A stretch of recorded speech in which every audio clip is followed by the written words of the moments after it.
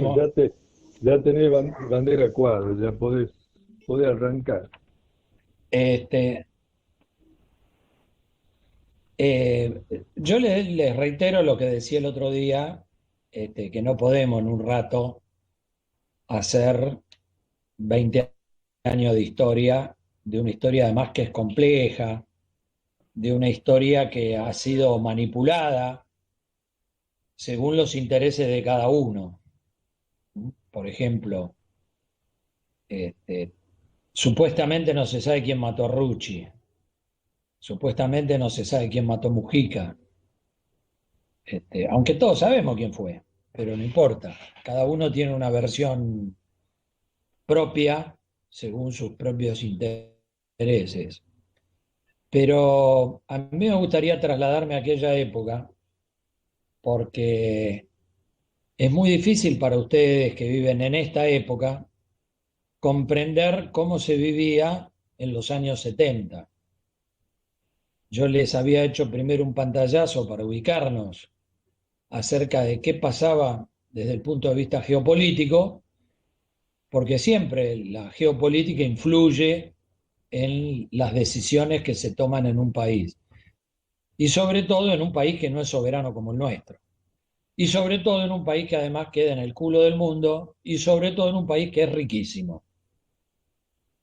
Esta sanata que ustedes escuchan de que no podemos pagar deuda y qué sé yo, en realidad es una autojustificación para no hablar de lo que sí se debería hablar, que es que los gobiernos que han venido del 76 a la fecha se han ocupado de robarse todo, absolutamente todo. Algunos repartieron un poquito, pero la conducta colonial de permitir y de ser gerentes de las factorías prósperas siguió siendo la misma. Entonces yo antes quisiera ubicarlos en una situación. 1955, yo no recuerdo si hablé de esto con ustedes, si hablé, por favor avísenme y me corrigen. En 1955 se producen una serie de episodios, pero yo quiero rescatar dos. El primer episodio es el retiro del poder del general Perón. Él se retira del poder. No lo echan, sino que se retira. ¿Por qué no lo echan? En principio no lo echan porque ustedes saben que Perón decía de sí mismo que él era un profesional de la guerra, un profesional militar, y que en política era un amateur. En realidad era un profesional de las dos cosas, sabía mucho de las dos cosas y se había preparado mucho en ambas cosas.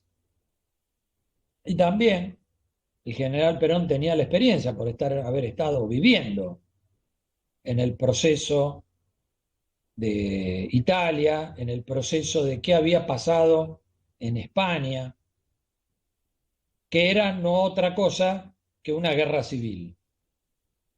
Desde el punto de vista militar, Perón sabía que la batalla del 55 la tenía ganada, porque todavía tenía los mandos más importantes que le eran leales. De manera que eso lo tenía resuelto. Ahora, el general Perón tiene una discusión interna con él mismo entre ser el jefe, el presidente, y ser el jefe de un movimiento. Esto es, ser el jefe de un gobierno y ser el jefe de un movimiento. Y entonces opta el jefe de un movimiento. Porque si hubiera sido solamente el jefe de un gobierno, daba la batalla, la ganaba y seguía gobernando. Ahora, Argentina en esos momentos estaba en vísperas de una guerra civil. Por varias cuestiones que ahora no vale la pena analizar, pero para titularlas nada más. El hombre argentino es complejo y Perón lo conocía acabadamente. Eh, para un hombre del año 55, pensar lo que pasa hoy es imposible. Del mismo modo que para un hombre de hoy, pensar en lo que pasaba en el 55 también es imposible, porque son dos hombres totalmente distintos. El hombre que recibió Perón era un hombre más o menos, no tan desastroso como el de hoy, pero desde el punto de vista, si ustedes quieren, económico, era un hombre que no tenía jornada laboral, que no tenía estabilidad laboral, que le pagaban lo que querían. Era una pieza de un ajedrez que él no manejaba. Con Perón se convierte en un hombre digno, en un hombre con trabajo, en un hombre con familia, en un hombre con seguridad, no solo la seguridad de un sueldo, la seguridad de una jubilación digna, la seguridad de una atención médica, la seguridad de sus vacaciones. En definitiva, lo que aspiran todos, a ser felices en un pueblo que también es feliz. De manera que el general Perón elige el movimiento, elige a su pueblo por encima de la guerra civil. Esto una vez más demuestra su grandeza. Piensen ustedes que la guerra civil española duró una bocha de años y además se llevó víctimas en gran cantidad. Y si ustedes no pueden imaginar eso, porque están lejos de aquello, pueden venirse a una cosa más contemporánea que ha sido Kosovo. Más o menos ustedes tienen idea de qué ha pasado en Kosovo, donde ha sido una guerra fratricida, con la excusa de la religión, pero fue una guerra fratricida. ¿Mm? O qué pasó en Irak, con el pueblo estoy hablando, ¿no? Las luchas intestinas.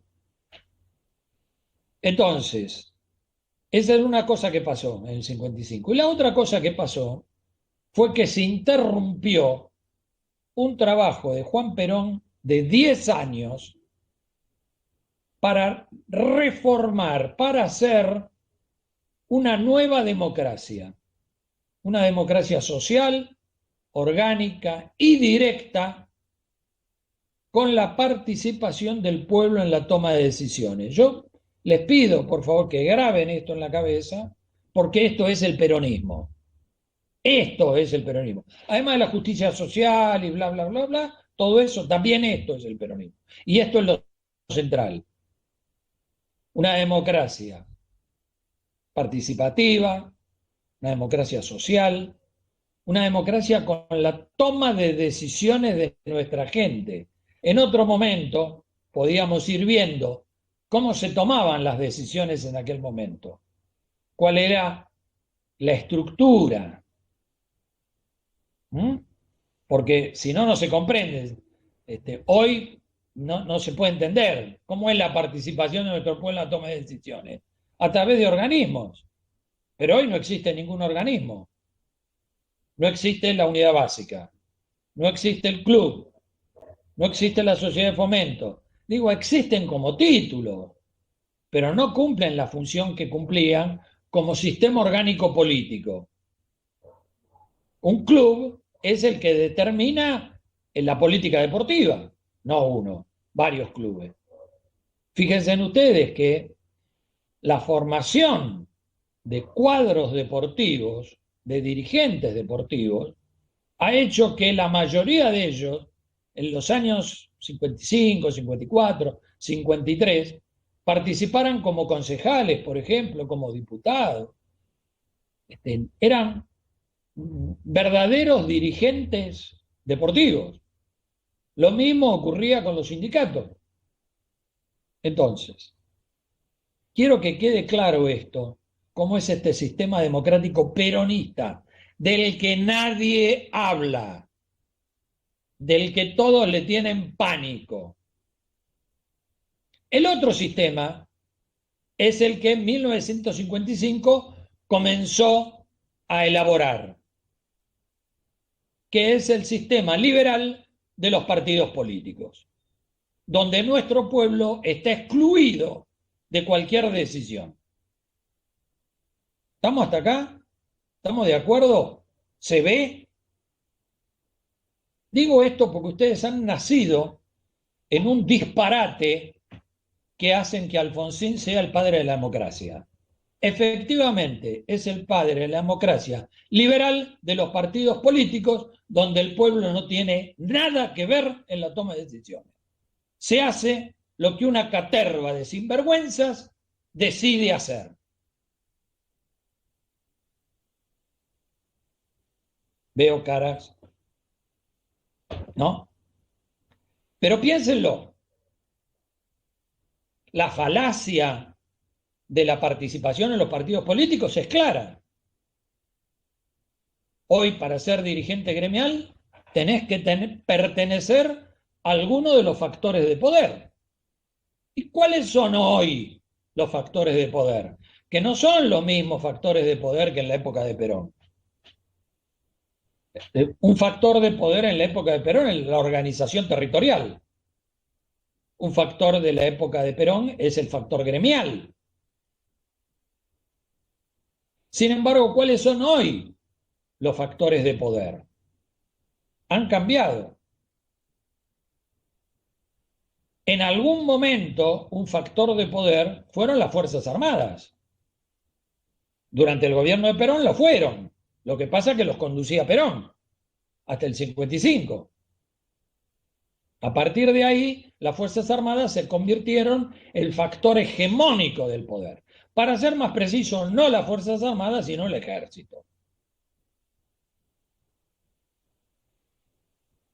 Me voy a anotar acá un chisme, el chisme de Fautario, para hablar de Isabel.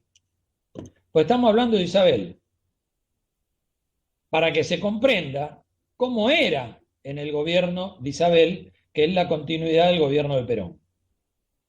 Que por eso Isabel es censurada. Porque Isabel es censurada no por sus errores, sino por sus éxitos, por mostrar el camino peronista, no solo mostrar el camino peronista, sino transitarlo y demostrar que es posible transitarlo. Después vamos a tomar algunos datos. Entonces, Alfonsín termina siendo el padre de la democracia. Primero, fraudulenta. Y en segundo lugar, la democracia liberal de los partidos políticos sin la participación de nuestro pueblo en la toma de decisiones. Por eso hoy sigue siendo exactamente igual, pero peor. Porque antes, o durante este tránsito, hubo una lucha de facciones por quedarse con el poder. Que en realidad el poder es solamente el poder de poder llenar sus bolsillos. Porque el poder sigue estando en el imperio. No se ha modificado nada. Hay además un poder, una pelea de poder en los imperios.